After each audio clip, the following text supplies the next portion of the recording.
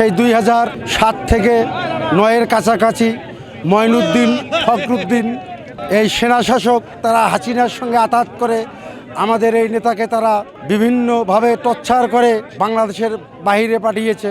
কিন্তু তারপরেও তিনি অবিচল সেই সুদূর 8,000 কিলো দূর থেকে সেই প্রবাদ জীবনে থেকে সে দলের হাল ছাড়েনি, সে বাংলাদেশ জনগণের হাল ছাড়েনি।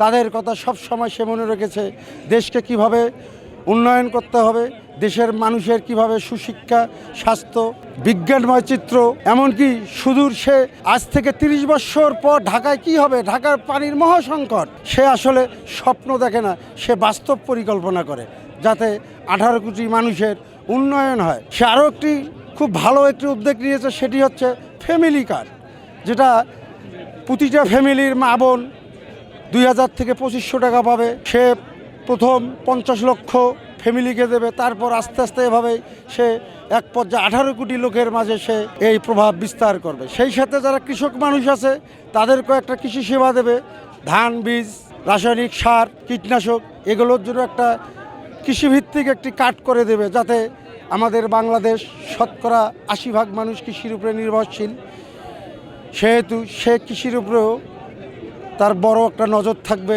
এটা আমরা আশা করি। এরা হচ্ছে ফ্যাসিস্ট, এরা ভারতের দালাল, এদেরকে ভারত পরিচালনা করতেছে। এই যে কিছুদিন আগে আমাদের বাংলাদেশের তরুণ নক্ষত্র ওসমান হাদি সাহেব, তাকে ভারত থেকে আপনাদের এই ঢাকা সুদূর কেরানীগঞ্জের শাহীন চেয়ারম্যান তার ইন্ধনে, তার কায়দায় তাকে হত্যা করা হয়েছে। সেহেতু আমরাও শঙ্কা করি, আমাদের নেতা, তার শঙ্কা থাকা স্বাভাবিক, অস্বাভাবিকের কিছু না। কিন্তু আমরা 18 কোটি মানুষ, আমরা সবাই রাজপথে আসি, এরকম ফ্যাসিস্ট এই আওয়ামী লীগ, যুবলীগ, ছাত্রলীগ, কৃষক লীগ, যারা আওয়ামী লীগের বংশধর আছে তাদেরকে আমরা তুড়ি মেরে উড়িয়ে দেবো ইনশাআল্লাহ।